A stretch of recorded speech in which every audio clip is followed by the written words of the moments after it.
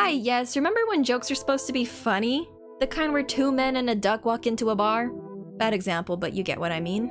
Well, ever since the pandemic, especially on TikTok, I feel as if I saw an exponential rise in what seemed to be jokes, but instead of a punchline that rewarded you for catching onto the hints and visual clues, the punchline was suicide. Just suicide. Aha! So funny. And after probably the fourth TikTok where I had to scroll in the comments to understand that finishing a stick of lip balm meant time to go see the pearly gates, I realized two things. One, oh god, this is what getting old feels like. And two, somehow, somewhere along the line, suicide ideation became peak humor to the younger generation. Now, no, I'm not saying jokes about jumping off of things or edgy dank and dark memes didn't exist until TikTok. They've always been there. But the prevalence in mainstream media recently has been astonishing. I can't go a day without seeing someone tweet or comment about killing themselves or telling someone else to kill themselves used as a joke, and that is just not healthy? I feel like that's not healthy. So I want to talk about it. How did we get here, and what problems I've seen arise from it?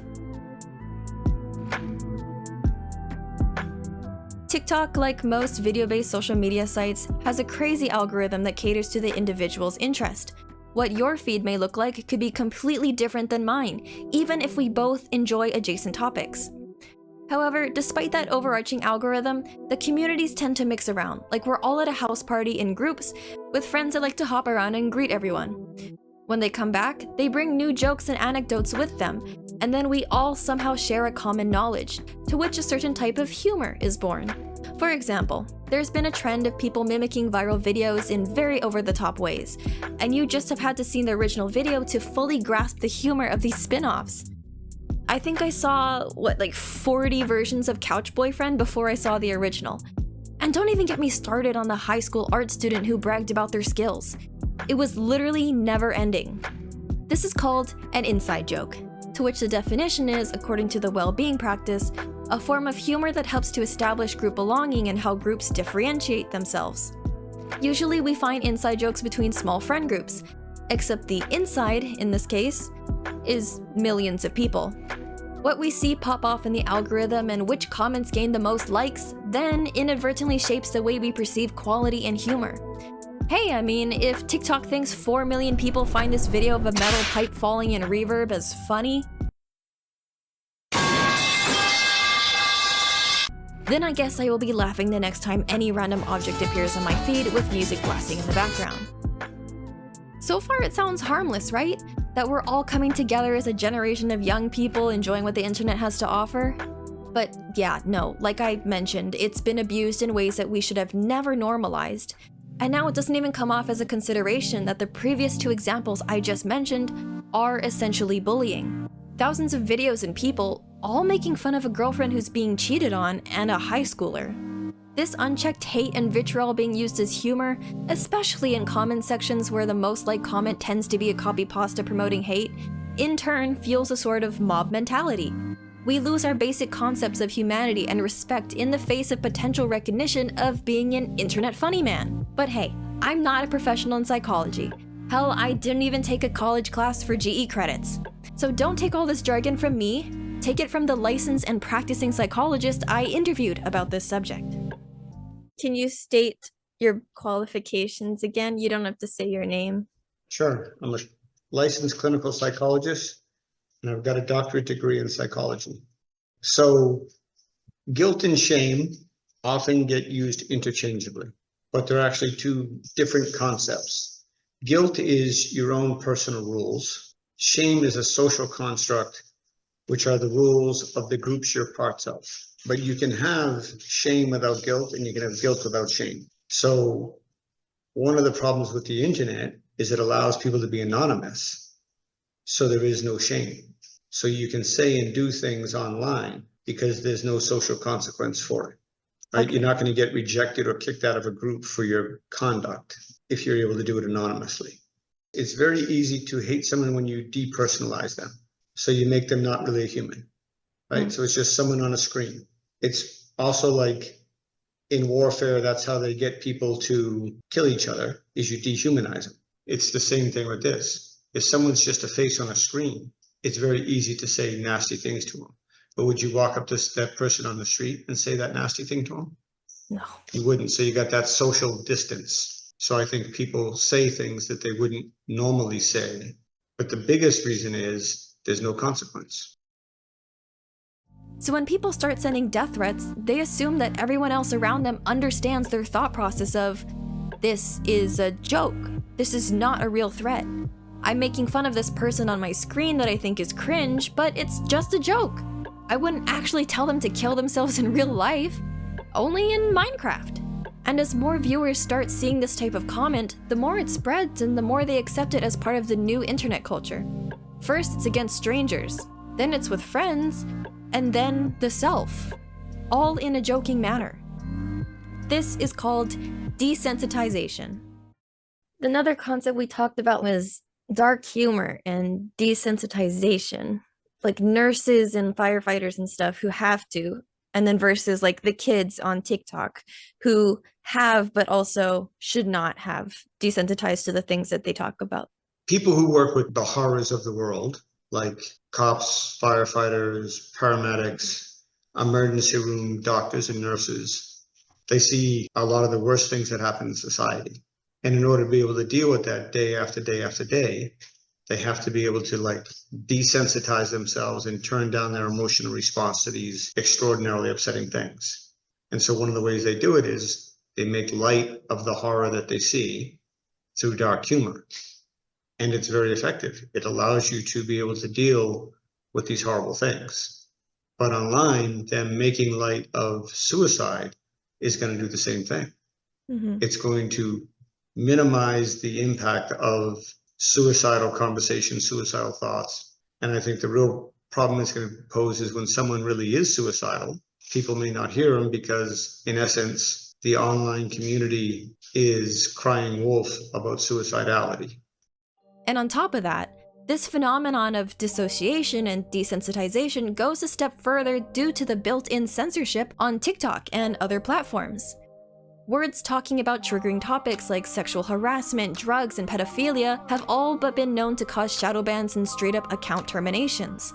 To avoid this while still discussing it in video or written format, people have sorta set on an anti-censorship censored terminology, one that completely takes away the power of these words and themes as an unfortunate result.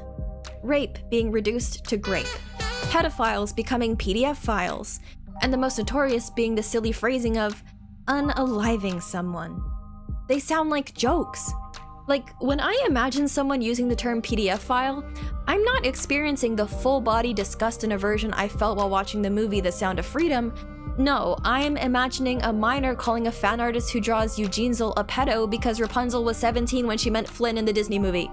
We are actively taking away the power of these words and concepts through social media self-censorship, softening them, overusing them, and that has created a whole new world of problems. The anonymity, the inside that gets the joke, the desensitization, it all accumulates into the reversal of expectations. Suicide is no longer thought of as a bad thing. No, it's worshipped. It's inevitable.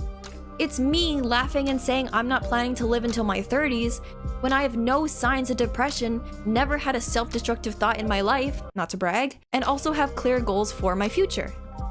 Why did I say it then? Why did I think it was funny? And I'm not even the worst example of this. It's just because I've seen these TikToks of girls finishing their lip balm and smiling eerily, or people using that Kermit falling off a building video as a reaction to something as small as stubbing their toe. As much as I hate it, as much as I want to be as far away from that thought process as possible, I, and you too, have been absorbed into that inside. But if we're talking about real, irreversible psychological damage, oh boy. I joined K-pop Stan Twit. Okay, I know, you don't need to say anything. I'm aware. But I saw a side of this phenomenon taken to a whole new level. A concerning amount of dissociation that I'm actually stumped on how these people function. Suicide has become a positive reaction to things. Good things. What? For context, I like a K-pop group. Love them. So far, I've spent close to $800 on them, but apparently I don't love them as much as the other K-pop stans on Twitter do. I've only been on the fringes of stan twit so far, but whenever I see a new music video release or tour announcement or even something as minuscule as a new photo shoot, it seems like a wave of tweets floods my timeline with, and I quote, "He's so cute, I'm going to set myself on fire. I can finally kill myself.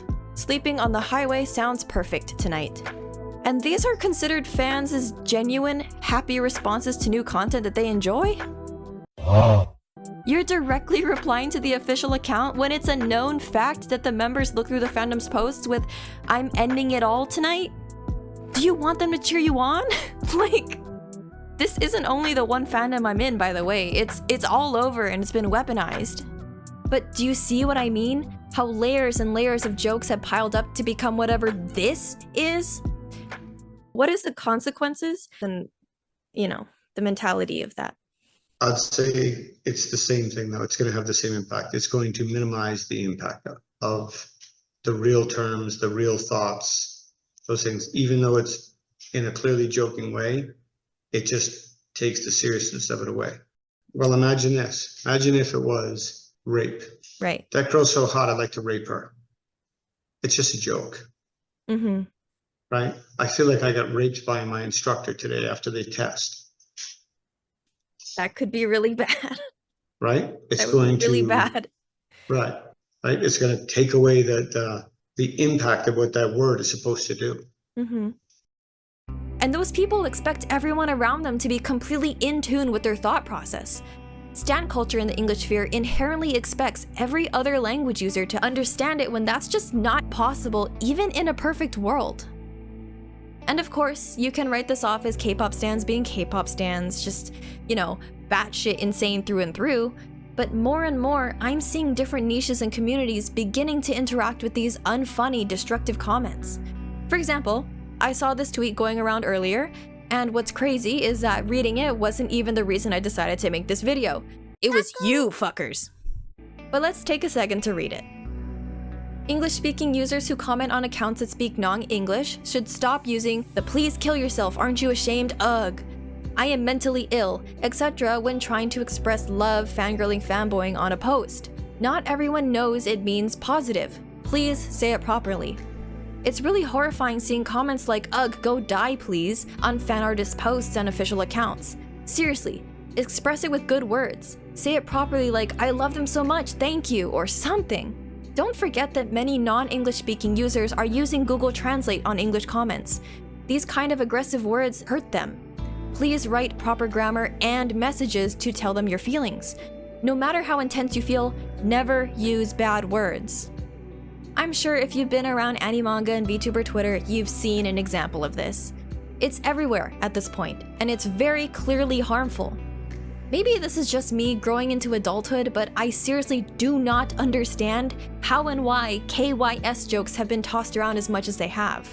So if you're someone whose humor this is, I just want you to take a second to reflect. Why is it funny? Is it appropriate for you to say? Do you think this Japanese VTuber that doesn't speak a word of English understands that you won't actually kill yourself because of them? It's times like this where I understand the phrase, "I'm not mad, just disappointed."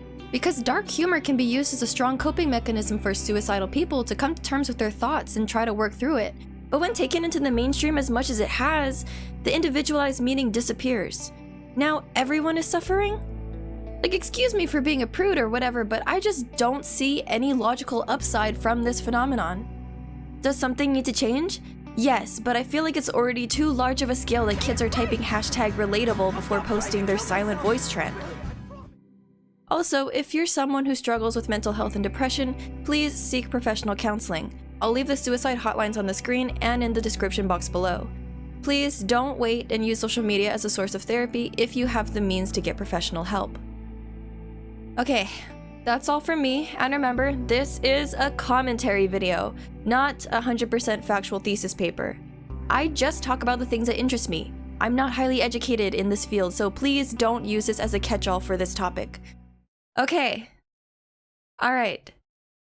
Suicide bad, joke good, suicide joke bad. Got it?